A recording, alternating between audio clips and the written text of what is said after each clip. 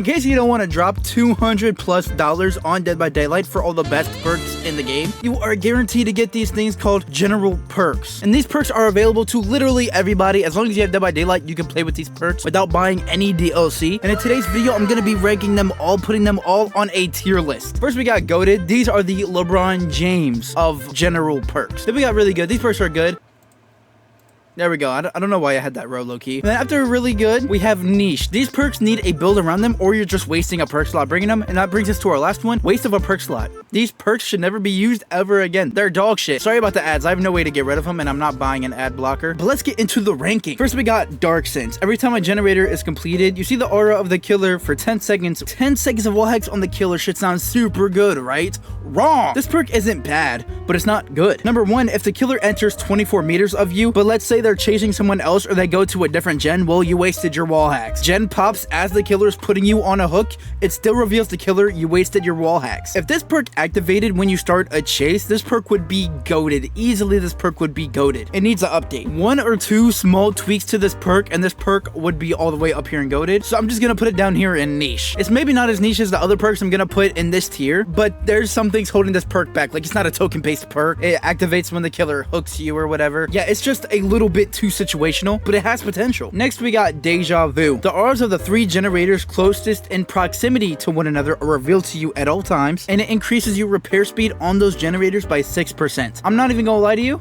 go to general perk. Easily. Not only do you see 3 gens closest to each other, and you could just shut down 3 gens, but you then do the gens faster. Any perk that makes you do your objective faster is always good.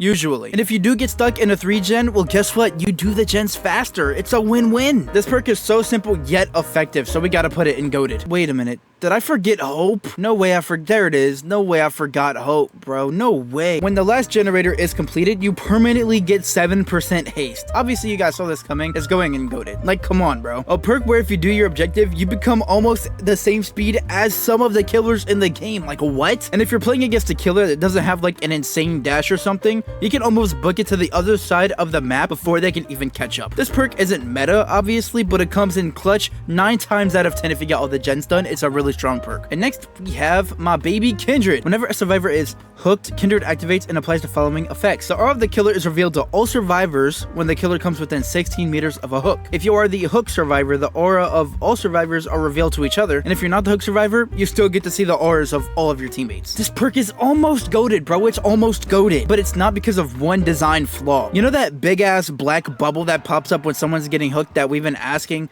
behavior to get rid of for years? Yep, that's the reason. What's the point in seeing the killer when they're near the hook if you can't see anything near the hook? And some people might say, this perk would come in handy if the killer is camping, would it not?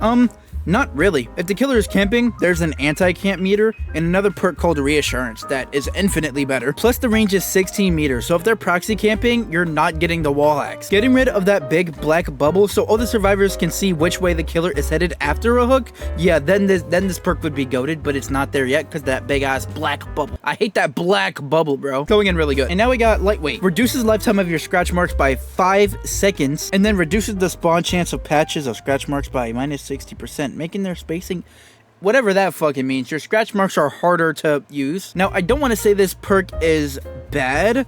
Plus, I know there's some people that are fond of this perk. If you are a lightweight lover, put it down in the comments below. Shout out to y'all. However, this is my video. I do what I want, and I'll be damned if I let you tear it down because you don't like the way another nigga talk. This perk is bunzo. But it's not like too terrible though. That's the thing. With the sporadic scratch marks, y'all like the vocabulary. Killers could have trouble keeping you in their sights, but if it's like a decent killer, or if they just, you know, have a headset and they aren't stupid, this perk does nothing. So I'm kind of torn between putting it in niche and waste of a perk slot, but I'm gonna put it in waste of a perk slot because just bring Lucky Break. Next we have No One Left Behind. Once the exit gates are powered, it activates. It increases your unhooking and healing speed by 50%. When you unhook somebody, their haste off of a hook is increased by 7%. You see the auras of all of your teammates, and you are granted 100% plus bonus blood points for altruistic things like healing, unhooking, taking hits. This purse is nice. I don't know. I never used it. But a stronger haste after an unhook, faster unhooking, that can really come in clutch in endgame against campers. Seeing your teammates is also super clutch because the information and extra blood points, fire. But I wouldn't say this perk is goated though. Like, it's not bad. It's just really solid without being over the top, as almost all perks should be. Kind of debating whether or not to put this in niche or really good. I don't know where to put it. I'm gonna just set it in really good for now. Now we got Plunderer's Instinct. The orders of chests, items inside of chests that are opened, and items that are dropped around the map, you see them when they're within 64 meters, basically half the map, and it increases your chance of finding higher rarity items in chests by 50%. Now, obviously, this perk is gonna go in niche. Not bad, niche. Because if you have a build for like chest and items, it's a great perk to use. Plus, the things you will find will be even better items. Like, it's a good perk for that. So if you're just using a fun build for it, and you're just chilling, having fun, not caring about winning, or like going for like a cool item out of a chest, it's a great perk, amazing perk. But if you're trying to win, this perk is terrible. And now we got Premonition. I bet half of you don't even know this is a perk. Receive an auditory warning upon looking in the killer's direction within a 45-degree cone within 36 meters with a 30-second cooldown. Now, look, you may think this perk is a waste of a perk slot, but hear me out. Listen, hear me out. Low key, when I'm just chilling, no headset, music blasting, or I'm in a call with one of my cousins or some friends, I'm willing to use this perk, bro. It's useful. Whenever a killer gets near to me, I get a sound and a big red bar at the bottom right of my screen that says, yo, the killer is in that direction, and they're kind of close. It can be really useful in that regard, and it completely counters Ghostface. Buff Ghostface till it's backwards. And after everything I said, this is still a waste of a perk slot. Literally bringing any other perk would be like more useful. I'm sorry. Now we have Resilience. You repair gens, heal, sabotage, unhook, vault, cleanse, bless, open gates, and unlock chests 9% faster when in the injured state. Obviously, goated. Might be the best perk on this list, arguably. I can't lie. 9% faster healing, sabo, unhooking, literally anything is nice. But most importantly, vaulting and repairing is the most crazy ones, bro. The vaulting speed literally just denies killers of downs they were going to get, like they were guaranteed to get, and you just take it out of their hands. And gen speed, as I said before, any perk that lets you do your objective faster is always good. Usually. And you're guaranteed to get injured, so there's a plus. You're guaranteed value. Goated perk, maybe even the best one on the whole list. Now we got Sloppy Meat. It increases the number of available self-unhook attempts by 3 and increases the odds by 4%. This perk is like very niche now, arguably a wasted perk slot to bring. The whole luck-based gameplay and survivors can do, I'm pretty sure, I don't know if that's even in the game anymore. I'm not sure. Where they would all bring like luck offerings and Kobe out of like basement hooks or whatever. But other than that, very niche way of playing, nobody, and I mean absolutely nobody, should be bringing this perk. There's no reason to. The only people that like bring the perk now are like sweaty survivor mains who want to go next because the killer they're facing isn't a perkless, add-on-less, trapless trapper. Like, so yeah, I know there is a use for it, but it's like 0.1% of all survivors are even gonna use that to its full advantage, so I gotta put it in a waste of a perk slot, I'm not gonna lie. Next we got Small Game. Receive an auditory warning upon looking in the direction of totems in a 45-degree cone within 12 meters. This perk has a 10-second cooldown, and anytime a totem is cleansed by any player, you're granted 1 token, and each token makes the cone smaller to like find the totems, so it's more precise. This perk is a waste of a slot, bro. Like, and I know there's like at least one person that's gonna disagree with me down in the comments. Number one, I respect you. We're both human. I respect you and I love you. No harsh feelings. We can agree to disagree. Number two, you're fucking wrong. This perk is only useful if the killer has like a crazy strong hex, like Devour Hope, Ruin, Blood Favor, maybe.